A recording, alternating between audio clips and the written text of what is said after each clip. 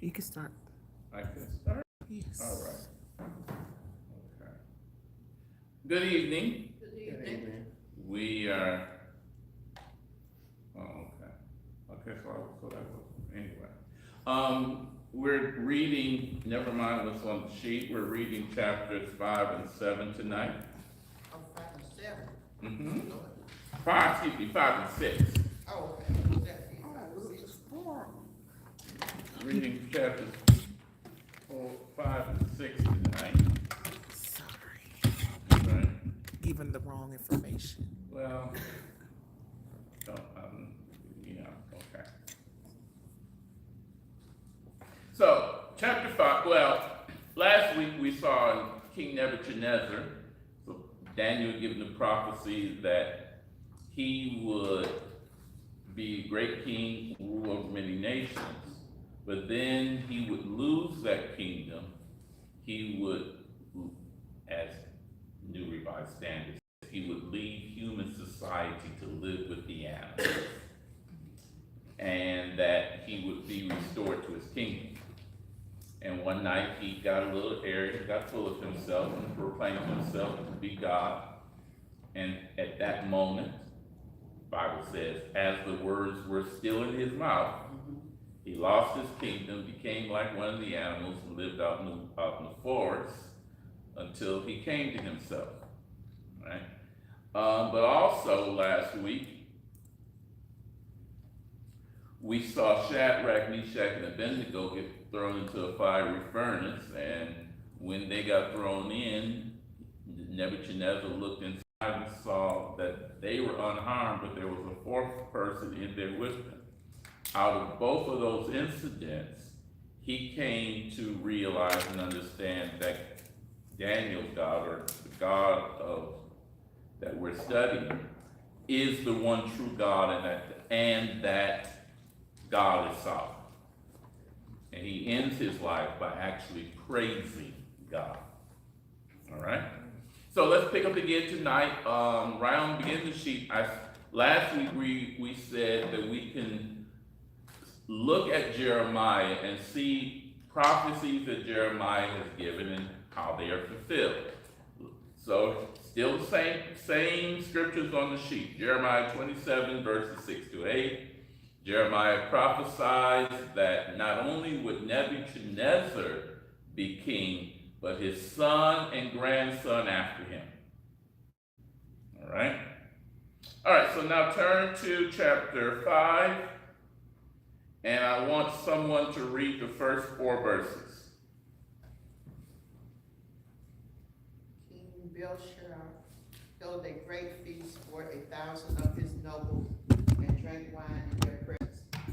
Under the influence of wine, Belshazzar gave orders to bring in gold and silver vessels that his predecessor, Nebuchadnezzar, had taken from the temple to Jerusalem, so that the king and his nobles, wives, and concubines could drink from them. Okay, stop. Well, go ahead. Go ahead and read 3 and 4. So they brought in gold vessels that had been taken from the temple, the house of God in Jerusalem, and the king and his nobles, wives, and concubines drank from them. They drank the wine and praised their gods, made of gold and silver, bronze, iron, wood, and stone. Okay, now mother, read verse 2. Lazarus, Don't worry about the name. Go ahead. you have to get the name. While he tested the wine, commanded to bring the gold and silver vessels which his father had taken out of the temple, which was in Jerusalem, that the king, his princes, his wives, and their concubine might drink therein. Okay. Now, you're reading from the Pew Bible Yes. that said, I forgot what they called him.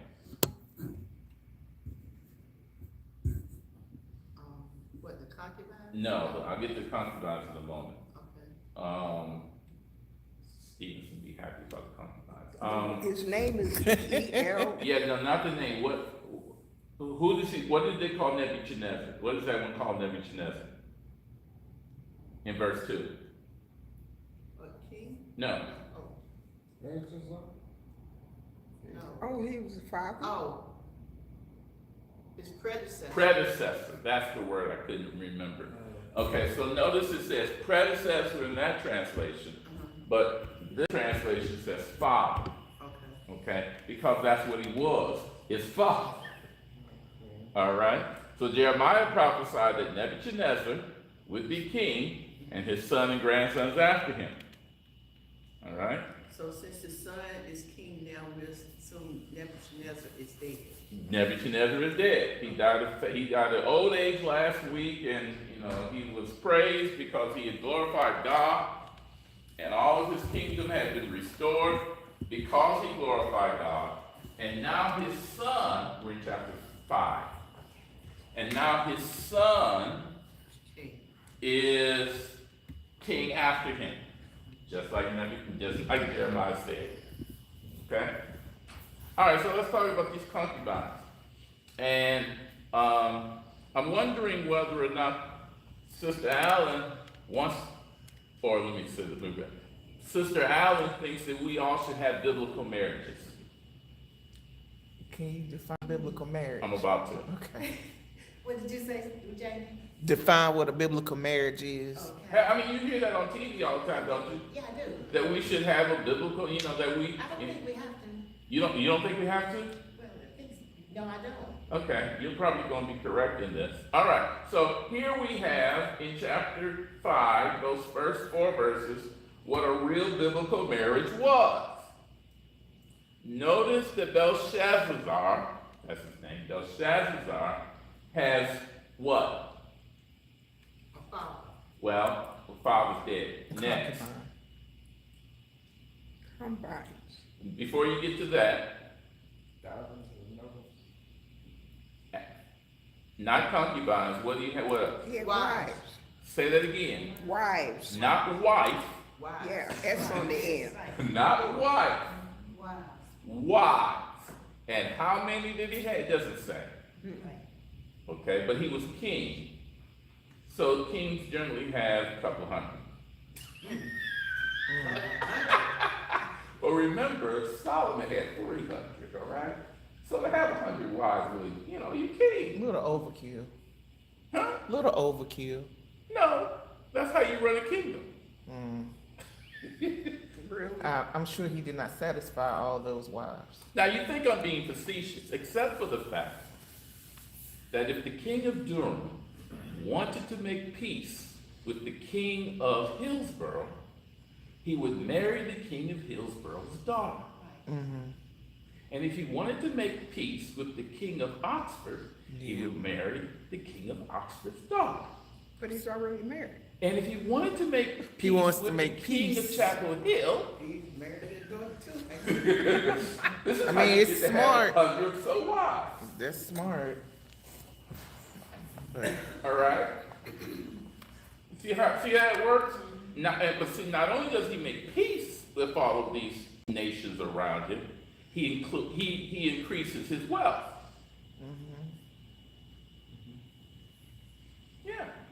Yeah, because the more wives you have, the more sons you have.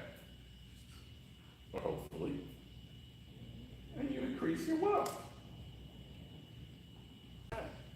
So that's how how many wives could a king have? And actually, a man in any sense, as long as a man had enough money to pay for a wife, he could have it. All right. Did he have to pay for a concubine? No, not really.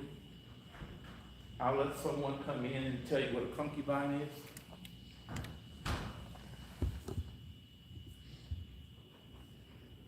Oh, you came in on the good part.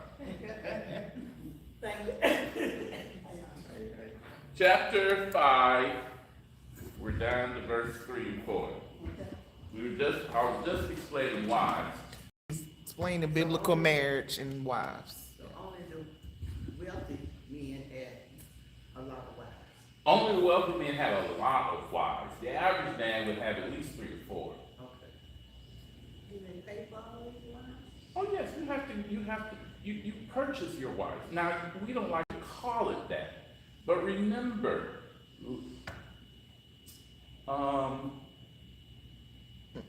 Jacob worked for Laban 7 years, tending his goats and sheep. And at the end of 7 years, he married Leah. So he worked off his debt to marry Leah. But he loved Rachel. So in order to marry Rachel, he had to work another 7 years. But- So yes, you purchase your wife. You have to, the father decides what the price is. How many cows, how many sheep, how many The goats. dowry. Well, we call it a dowry, yes, but that's what it is. Okay? So a king could, a couple of hundred don't matter. Now, who are these concubines? Must be the women they had fun with. Mary said, no, No, not the children. it's the women that he had fun with, the mistresses. Not really. No, they're not mistresses. Well, they worked. Well, it depends. It depends. Let's go back to Sarah, Abraham's wife. Remember? She had a servant. What was her name? Not Hannah, but Hagar. Hagar. Okay. Hagar was Sarah's servant, therefore she becomes Abraham's servant. And when she could not have a child, what did she do? Yes, she gave her servant to Abraham. That's his concubine. Okay, so a concubine is a servant that, It could be a servant, it could be someone else that's a part of her household. Okay. It could be Jane.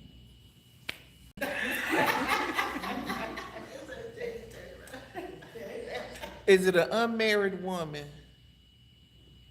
It's an unmarried woman who has no other male to care for her. Okay, well then I can understand it. Not even a father? Cause, Not even a father or an older brother. okay, well, yeah. So at that point, she becomes property of the king and is one of his concubines. So does the king take care of her?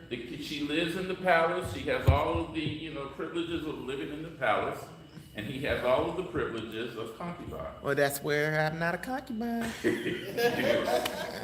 I don't live in the palace. All of this was proper. We're talking about the Babylonian king right now. But let's remember something. Hey, how you doing? We're trying to help you out. You should ask him why. Ask him why he says that. Don't just accept whatever he says. It's a setup. All right, so we're talking about the Babylonian king, but let's remember something about the great King Solomon. Solomon had 300 wives and 700 concubines. All right. He was a busy man. If he wanted to be, yes. There's no way. Because he had privileges with all 1,000 women. but value came in the women that produce sons, not daughters, right? Sons and not daughters. All right. Now, point here, for all the people who like to talk about biblical marriages, all of this is biblical. That's all. There is no such concept in the Bible of one man and one woman. As much as people tell you this, So monogamy is something we came up with. it's something you came up with. I It's didn't not come up there. with it. I didn't. It really isn't. It's not of God. I'm not going to say that much. I'm just going to say that this one man, one woman thing. But there's no way that one man I didn't nowadays ask how it does. can take care of all these women. I didn't say how it is, though. Yes, sir. Well, how come in the Bible it says, well, man keep on to his wife, wife keep on to his husband? Yeah, well, yeah, that's true. But when you have several wives, you keep on to them. I thought that was symbolic of the church and Jesus. And remember a couple of weeks ago, we talked about a eunuch, right? Yeah. And what did we say about a eunuch? He has no bits. Whatever, however you put it differently, but the reason for that is when you work in the house of the king, Yeah, you can't make a mistake with his women, his wives, you can't do that.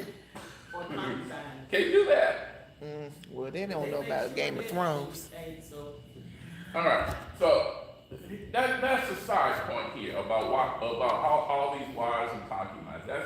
It was just a common thing it was a common thing among wealthy men and kings in particular.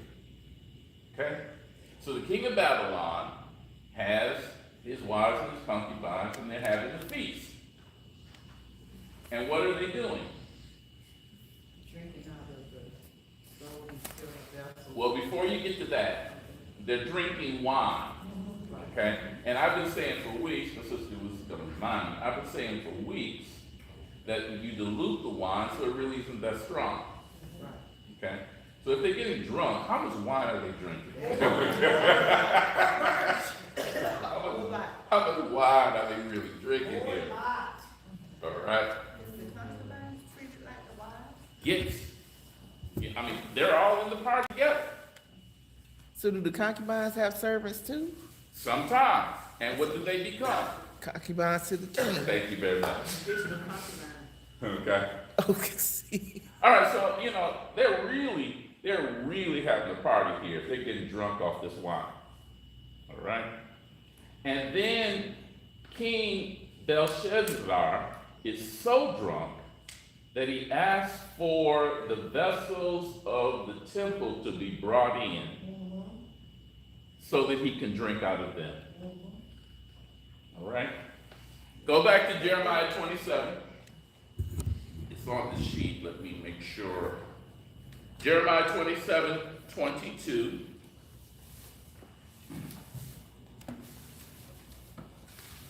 Actually, not 22. Jeremiah 27, yes. But I want us to read. Oh, I can't do that. Okay, let me do this again.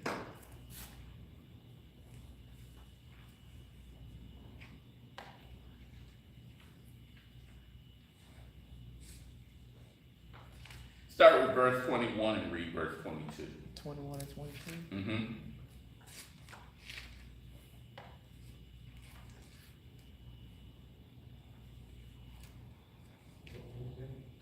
Jeremiah chapter 27. Someone read verses 21 and 22.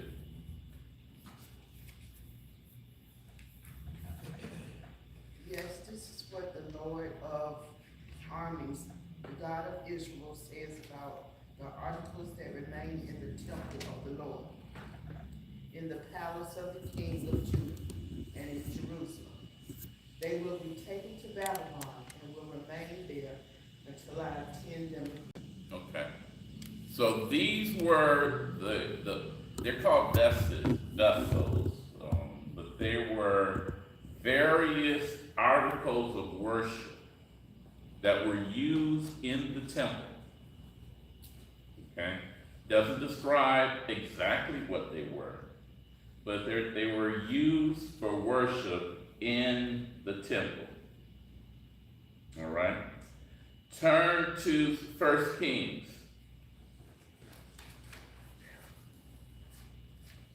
1 Kings chapter 8.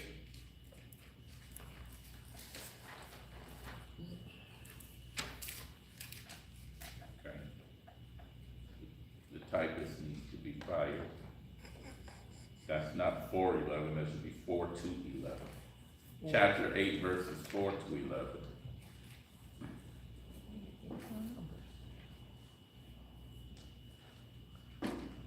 And they brought up the ark of the Lord, and the tabernacles of the congregation, and all the holy vessels that were in the tabernacle.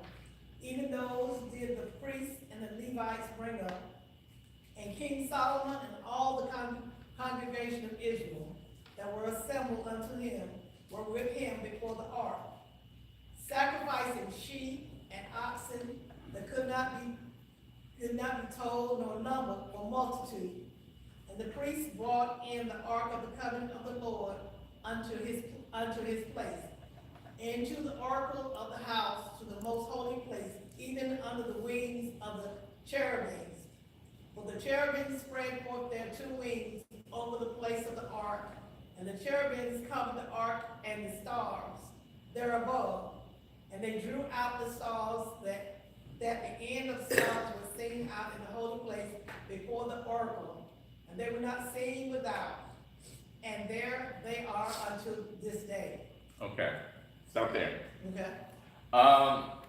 As I've said in this class several times, but as I said Sunday, the Ark of the Covenant was where God sat. At the top of the ark was the mercy seat, which was considered to be the throne of God. And the Ark of the Covenant was where God dwelled, behind the veil in the temple. Right? But I also said last Sunday, is that the Ark was portable, had poles on it. It speaks of the poles in here. Where you could pick it up and carry it around, which is why I said carry God. All right? But the Ark was in the temple as one of the vessels, and it was carried away into Babylon. But it speaks of other holy vessels or other holy items. It doesn't identify what they are, but they are all holy. I'm not going to read the other part of that in 1 Kings, but it's Solomon's prayer of dedication in the temple. So here in this 8th chapter of 1 Kings, Solomon is dedicating this newly built temple that will house the Lord. And he's dedicating everything that is in the temple. So that if it's been dedicated, what does that mean? Well, true. It's holy. It's holy. Okay?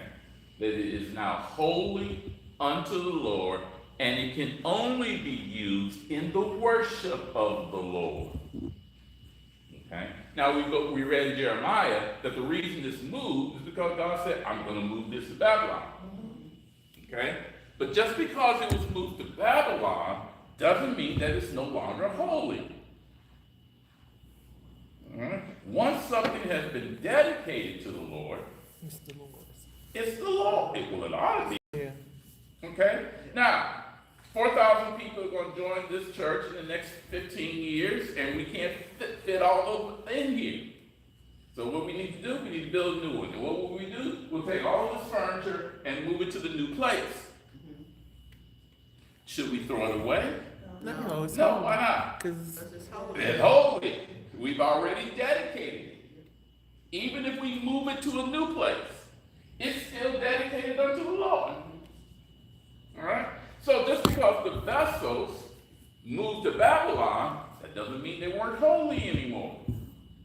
So let's go back to Daniel, chapter 5. What are they doing in verse 4?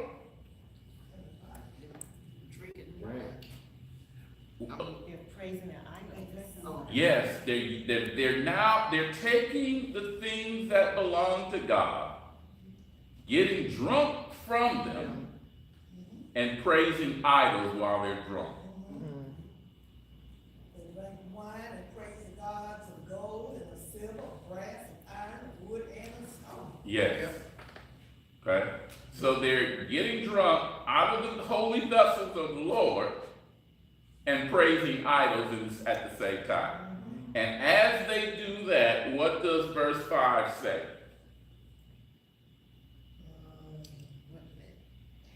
That The same angel. hour came forth a finger of a man's hand and wrote against the candlestick upon the plaster of the walls of the king's palace. Yeah, in that same hour, does the Pew Bible say immediately? at that moment. At that moment. I have a question. Yes. Question. Let's see. I saw it. Now it disappeared. Give me a second. Okay, I'll just look at it from my phone. So immediately at that same hour, at that moment, as they are drinking and praising idols, here comes this hand writing on the wall. Ms. Jones wanted to know what was the second statement, but I'm not sure what she's referring to. I don't know what my first statement was. Yeah, that's right. It was a minute ago, I so, don't remember what my first statement was. yeah, I don't. She knows I can't remember nothing. Uh-huh. All right. So, and while they're doing this, a hand comes writing on the wall, and King Belshazzar does not know what it says. He calls his enchanters and diviners. These are his wise men who are supposed to be able to interpret and to read signs and interpret dreams, and they call him. He calls them in. They look, they don't know what it says. And he becomes very fearful until one of his queens, one of his wives says, don't you remember when your father was king, there was a guy named Daniel who had the power to interpret dreams? Call him. He will be able to tell you what it says. All right? So they call Daniel. I'm down now to verse 13. Actually, I'm beyond that. Yes. 17.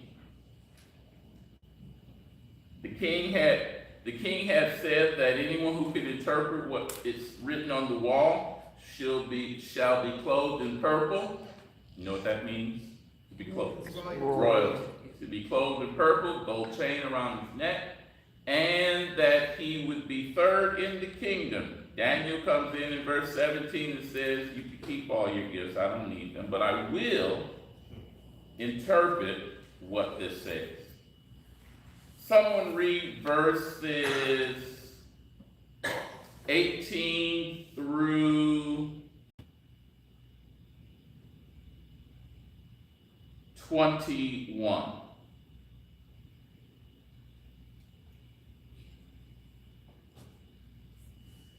As for you, O king, the Most High God gave your father Nebuchadnezzar kingship, greatness, glory, and majesty, and because of the greatness that he gave him, all peoples, nations, and languages trembled and feared before him.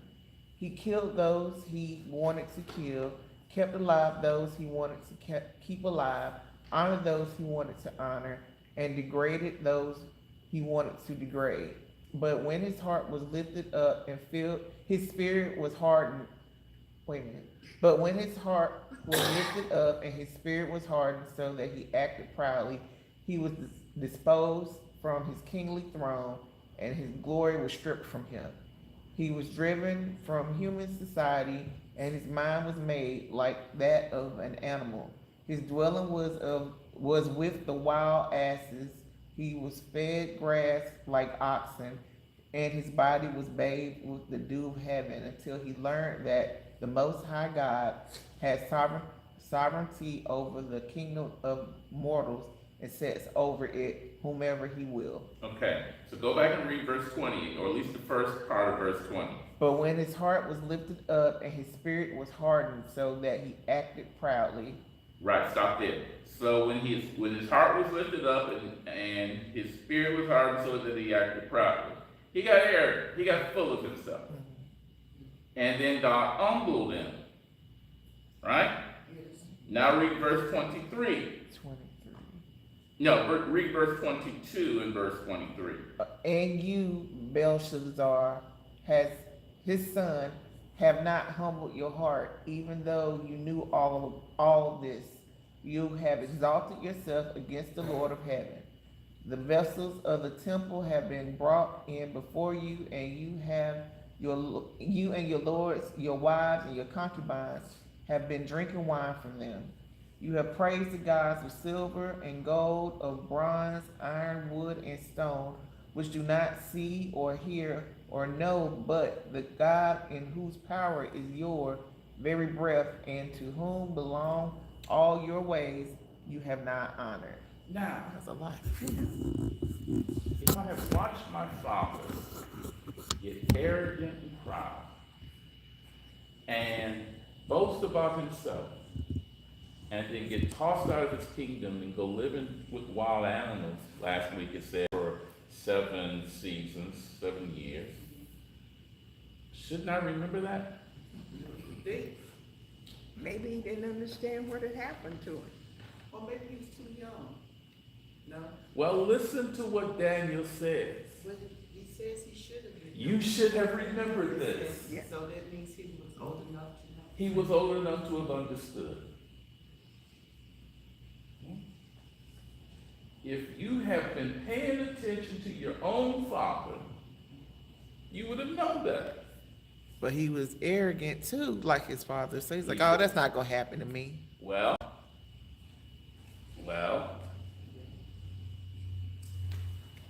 actually, he's worse than his father. Yeah. Now, who can tell me why I say he's worse than his father? Because he violated the vessels from the temple. Yes. Yes. His father had access to everything that the son has access to. All the kingdom and all of the other kingdoms who were serving Babylon. All right? All of that's given to the son. He had just as much wealth as the father did. So there was plenty of gold vessels in Babylon he could have drank from. Obviously, he had plenty of wine. Wine flowed more than the water All did. right, he had plenty of wine. All right? So he could have had any kind of party he wanted to have. But no, he wants to go get the vessels that belong in the temple of Jerusalem. He didn't pay attention to his father who got arrogant and what God gave to him. He didn't pay attention to his father when his father repented and praised God. Right. Now he wants to get the vessels out of the temple, and he realized, because it says so, he recognizes these are the vessels of the temple of Jerusalem.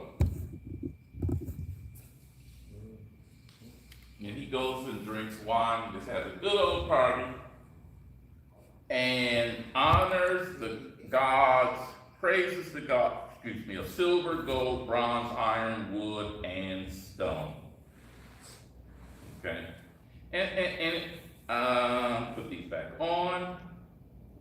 There's something specific of why verse 23 is identifying what these gods are made of. And I just gave you a hint of why.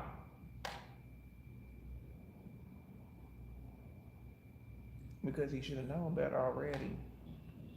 Yes, but why does it specifically say silver, gold, bronze, iron, wood, and stone?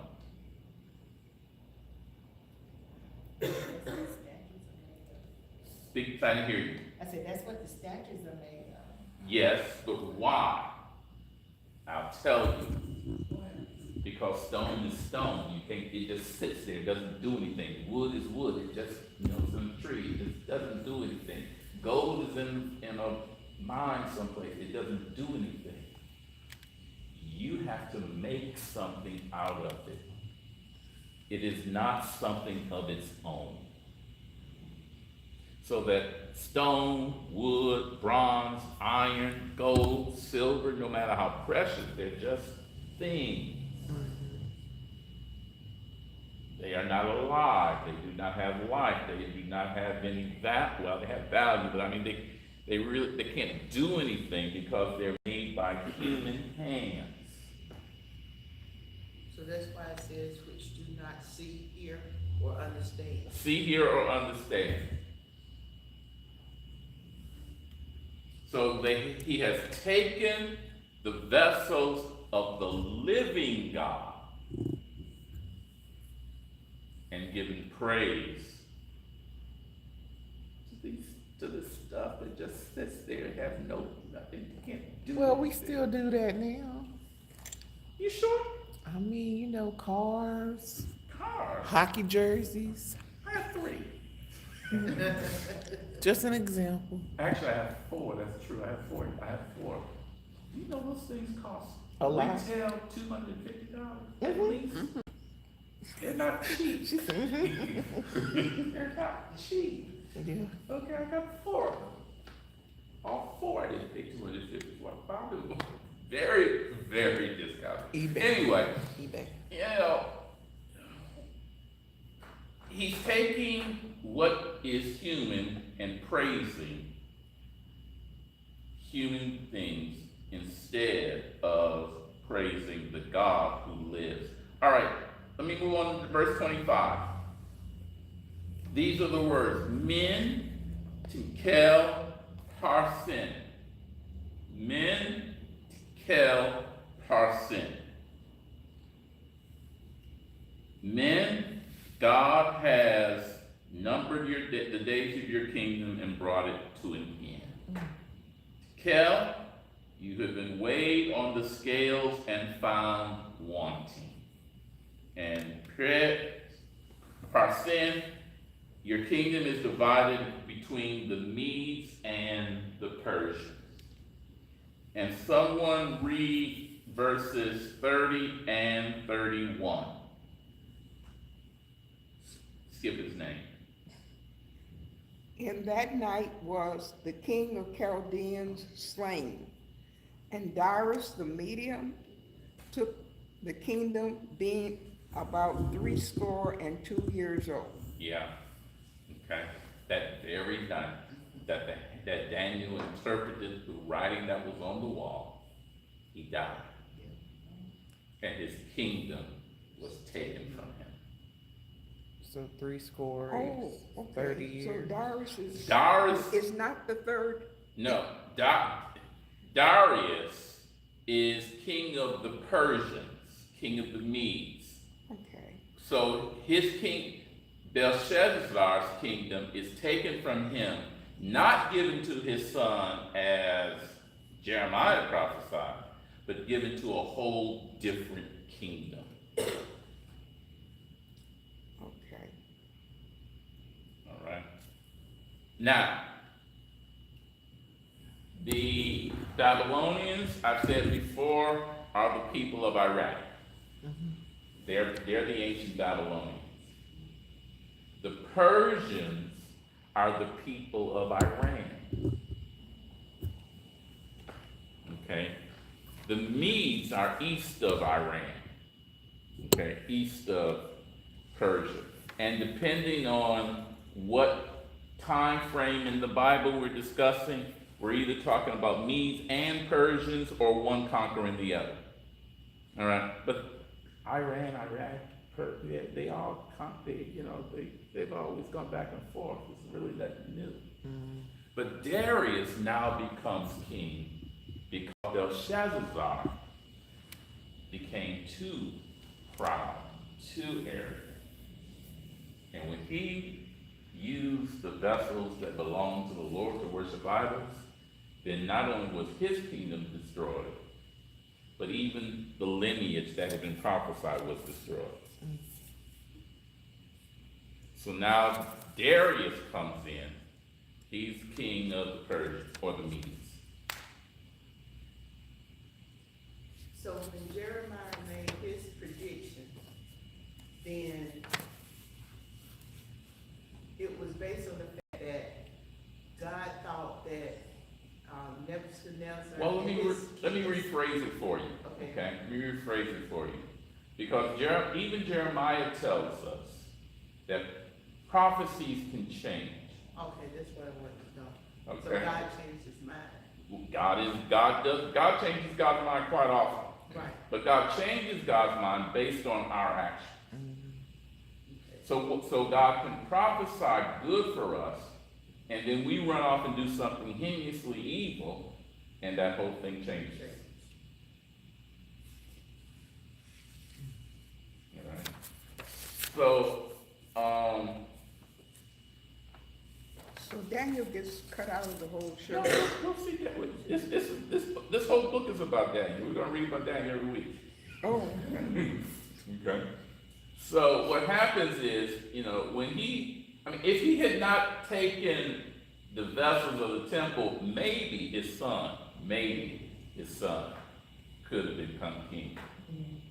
But when he took the vessels of the temple, and praised idols, Everything changed. everything changed.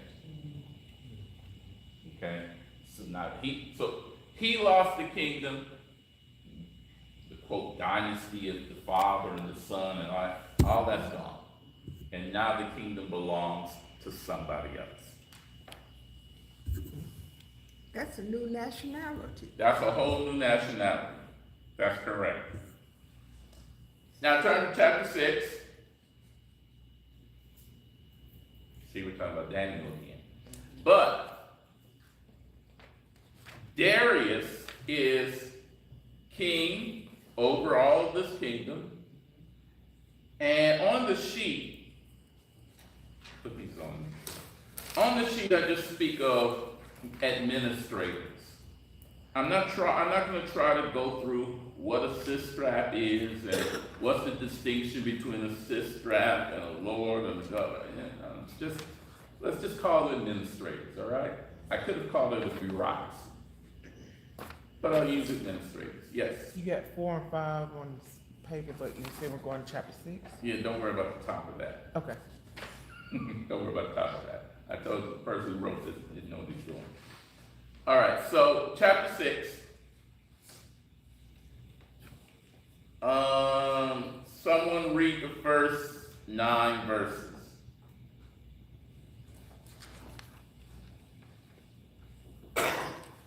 It pleased Darius to set over the kingdom and hundreds and. Just say administrators and move on to verse 3. Verse 3. Then this Daniel was preferred above the presidents and princes because an excellent spirit was in him, and the king thought to set him over the whole realm. Then the presidents and princes sought to find occasions against Daniel concerning the kingdom, but they could find none occasion or faults, for such as much as he was faithful, neither was there any error or fault found in him.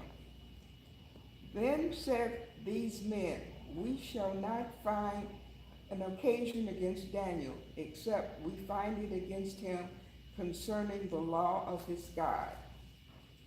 Then these presidents and princes assembled together to the king and said thus unto him, King Darius, live forever. Keep going? All the way to verse 9. Okay. All the presidents of the kingdom, the governors and the princes, the counselors and the captains have consulted together to establish a royal statute and to make a firm decree that whosoever shall ask a petition of any god or man for 30 days, say of thee, O king, he shall be cast into the den of lions. Now, O king, establish the decree and sign the writing, that it be not changed, according to the law of the Medes and Persians, which altered not. Wherefore King Darius signed the writing and the decree. Okay. So, what's going on? Who picks up on what's happening? They don't like Daniel. Why don't they like Daniel? He's not one of them. True, but why don't they like him? I use a word on the sheet. Because of what he said? Because the things the king had gave him. Yes, which if you see that, you become jealous. Yes, okay. That's all it is, simple jealousy. But then he didn't really want it. But He was the other administrators, I'm using the term administrator, the other administrators see that Darius prefers, that Darius prefers Daniel over them. They have been his administrators all along, and now when he becomes the king also over this Babylonian territory and takes Belshazzar's people and bring them into his kingdom, here comes this new guy named Daniel. And he's now being promoted over us. We've been here all this time. So what do you gotta do? Get mad. Lie. We gonna Try to block the rid of it. Thank you. You know, you being too nice. You know, we have to try to do something. No, you get rid of him. That's what you do. Thinking like today's time, we can't just get rid of folks. Well, they do it on time.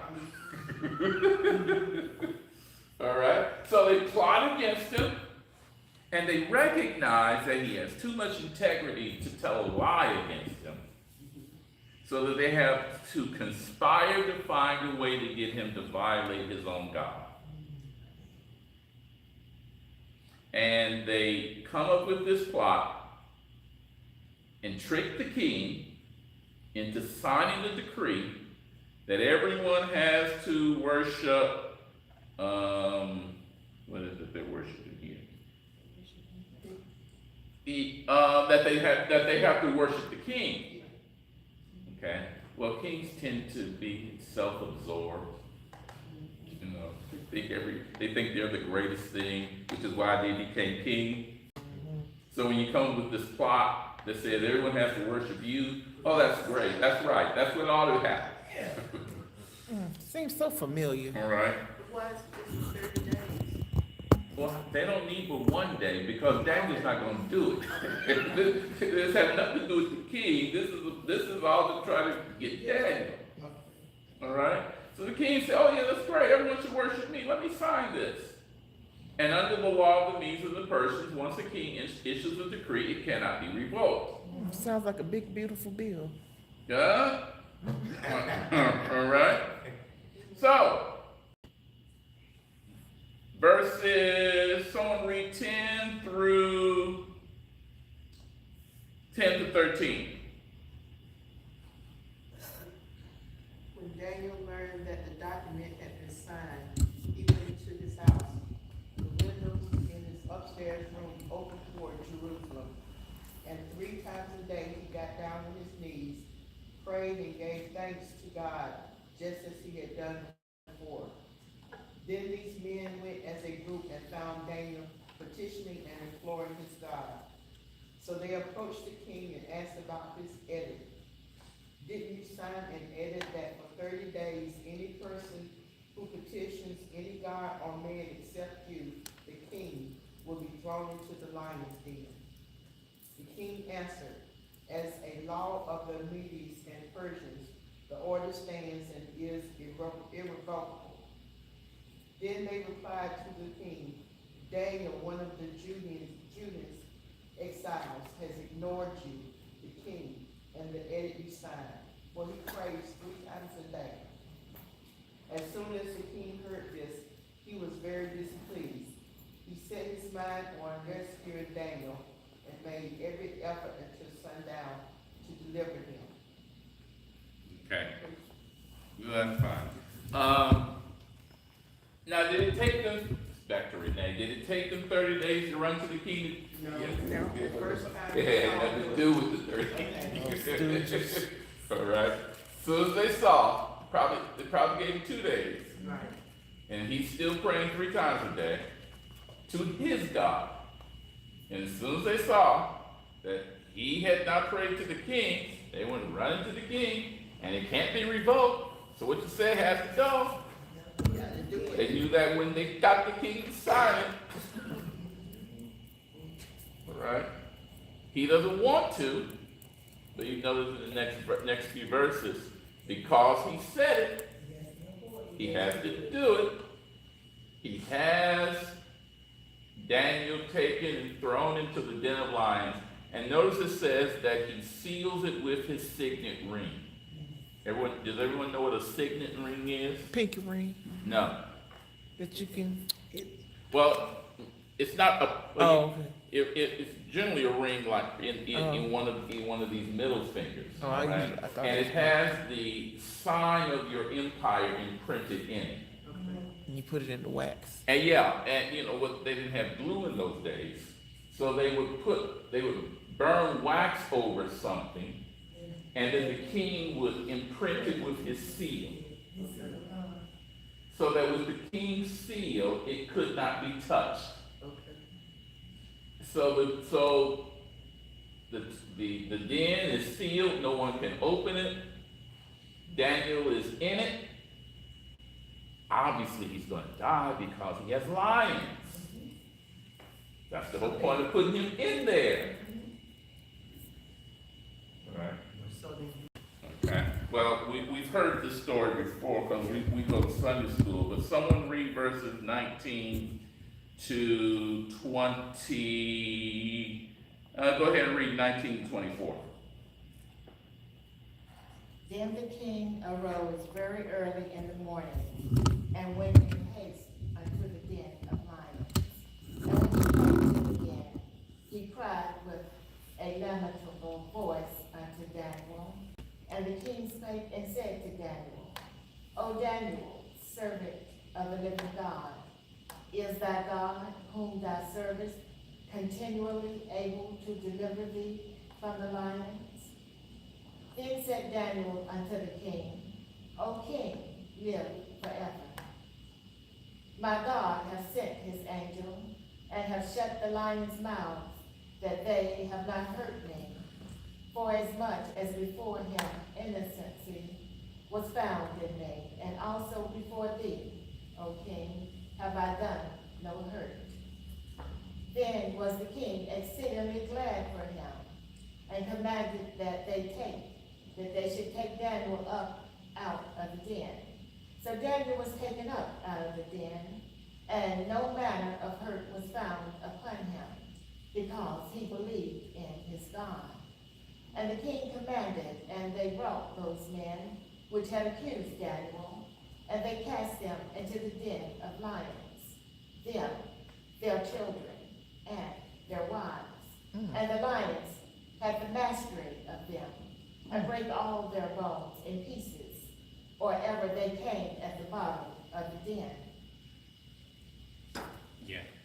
Why the wives got to be put that's in? what I was getting Yeah, like they ain't do nothing. And the kids. That does sound cruel, doesn't it? Because in your country you believe in this thing called innocence. Mm-hmm. Yeah, because if you haven't done anything wrong, why should you be punished? Exactly. Yeah. That doesn't work back in Persia. Okay? The king said, if you are a part of this, then you and your family shall suffer. I'm at home washing clothes. Next thing I know, they coming to get me and my kids. That's right. But Got my kids out of if you school. do it, then your whole household is punished. You know, we been doing that. I know that's right. Alright. But yeah, an angel comes, locks the jaws of the lion. Daniel survives the night. The king rejoices. Don't they remember the fiery furnace though? Well, no, see, these are Persians. They didn't know. They didn't know But they about didn't that. hear about it. I'm saying They that's didn't know something about that. that would have went through the kingdoms or something. People. But I want someone to read this new edict, verses 25 to 28.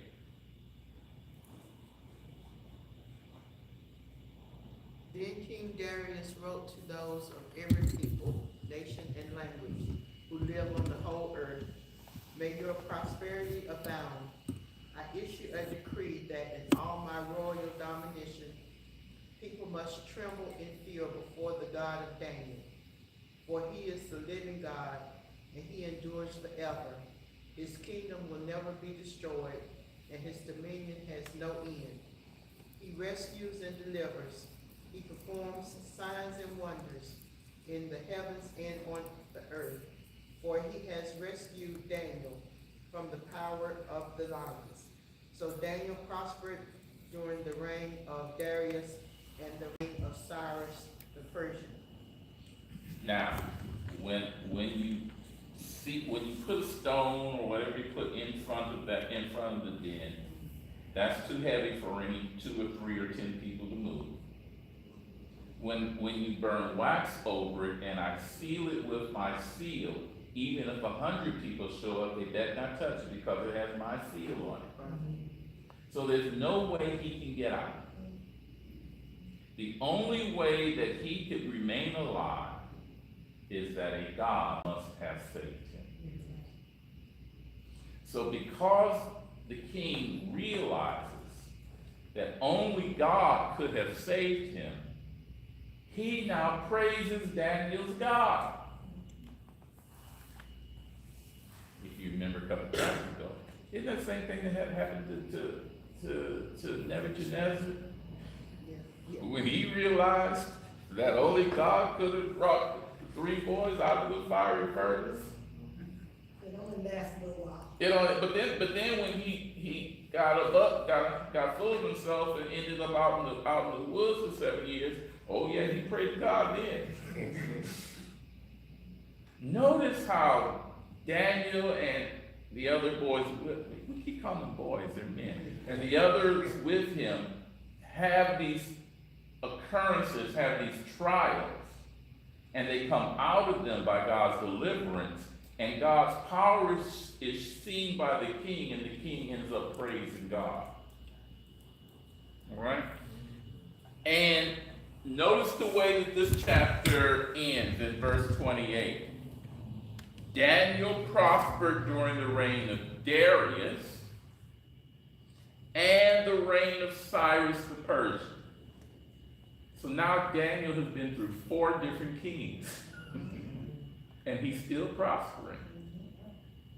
2 Babylonian kings, 2 Persian kings, and he's still prospering. Why? Because he continues to praise and honor God. But wasn't it something about Daniel for King Darius anyway? Because from the beginning, Well, he didn't want any harm to come to Daniel, really. Hold on. They had to trick him to get him. I gotta go back and find the verse. Okay. Verse 3 says that Daniel had an excellent spirit in him. That was the Spirit of God. The Spirit that was in him caused such integrity in him. And if we go to the New Testament and borrow a verse, because his light so shines before men. All right? The excellent spirit within him caused Darius to have favor on him. Okay? But that was put to the test as to whether or not he would still honor God, even though the decree was that he would be thrown into the lion's den. If he honored God, God delivered, and now even Darius praises Daniel's God. All because Daniel was full of God's Spirit, Daniel maintained his integrity, Daniel would not let anything keep him from worshiping his God. And when Daniel, in spite of the threat of death, worshiped his God delivered, and now the king praises his God. You were asking? All right. All right, any further questions on tonight? Chapters, that's it. 7 and 8. Yeah, 7 and 8 next, no. I won't be here next week. So the week after that, that's what? Yeah, it says 17th on there. I won't be here next week, but on the 17th, we'll do 7 and 8. And there are the questions there. All right, I saw Sister Bobby this afternoon. She's in much better spirits. It seems that the real issue was dehydration. Oh. So once they got IVs and stuff in her, she's in much better shape or condition. She still has to do therapy.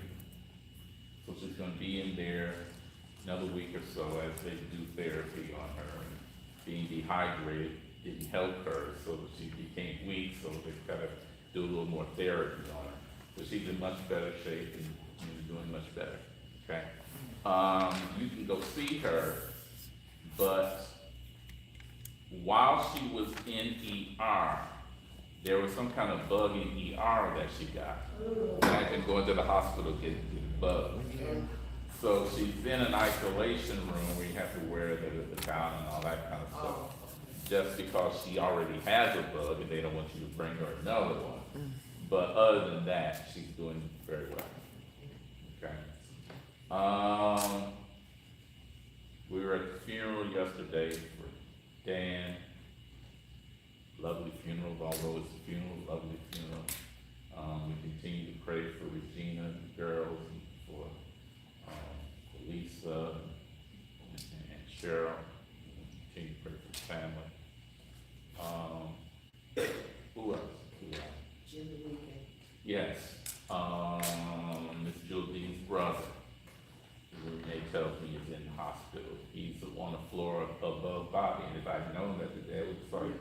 I just found out the day where he was. Okay. But Miss Julian's brother is now the remaining sibling.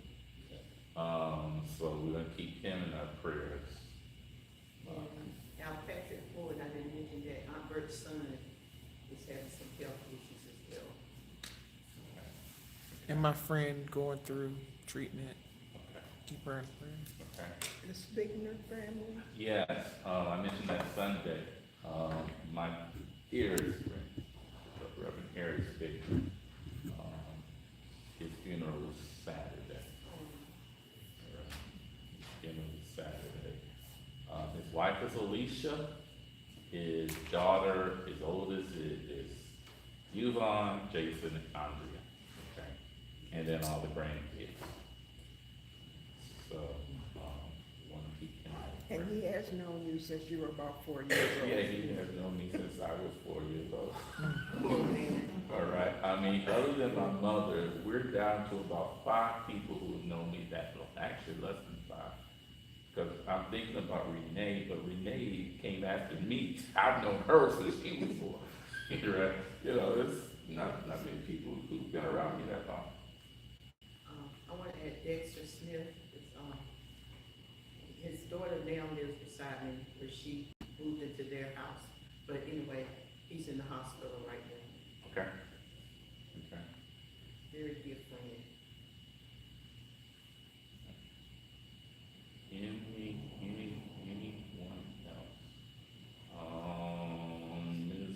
Mrs. Evans, she was at the funeral yesterday, and I talked to Roy Sunday, said she wasn't feeling well, but she was much better than yesterday. She was at the funeral. Who am I missing? Am I missing anyone? Still present, my sister and, Mr. D.O.A. G. Fuller.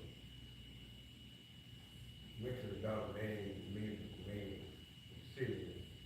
I thought he thought we were gonna go one day, and he changed it, so. Mr. D.O.A.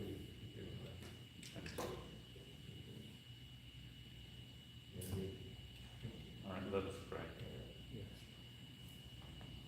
Most gracious, loving, and merciful God, we thank you for the blessings of this day. Thank you, O God, for the quickening of your Spirit that enlivens us, allows us to have life of our bodies, and to be able to lift our hands and voices in praise and thanksgiving to you.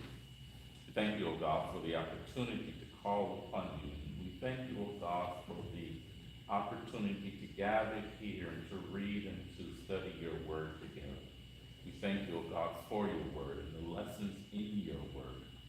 May you may by your Spirit help us to apply those lessons to our lives, that we might live lives as those of Daniel and others, O God, such that we might always honor you and give glory to you and stand by your word, and that by doing so, O Lord, you will add into our lives.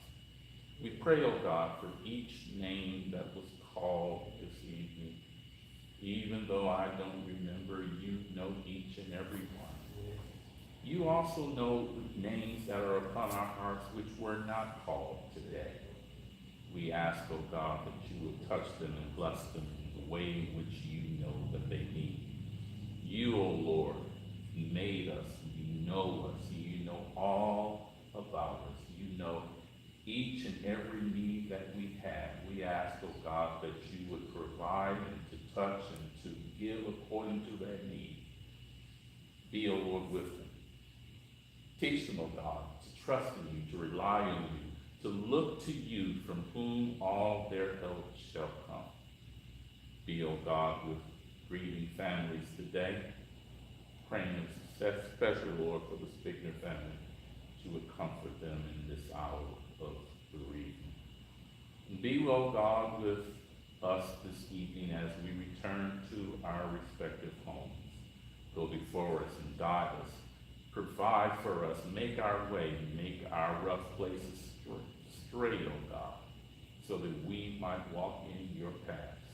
And as we walk in your path, we might give glory to your name. We pray this in the name of your Son, Christ Jesus, our Savior. Amen. Amen. Amen. Amen. Being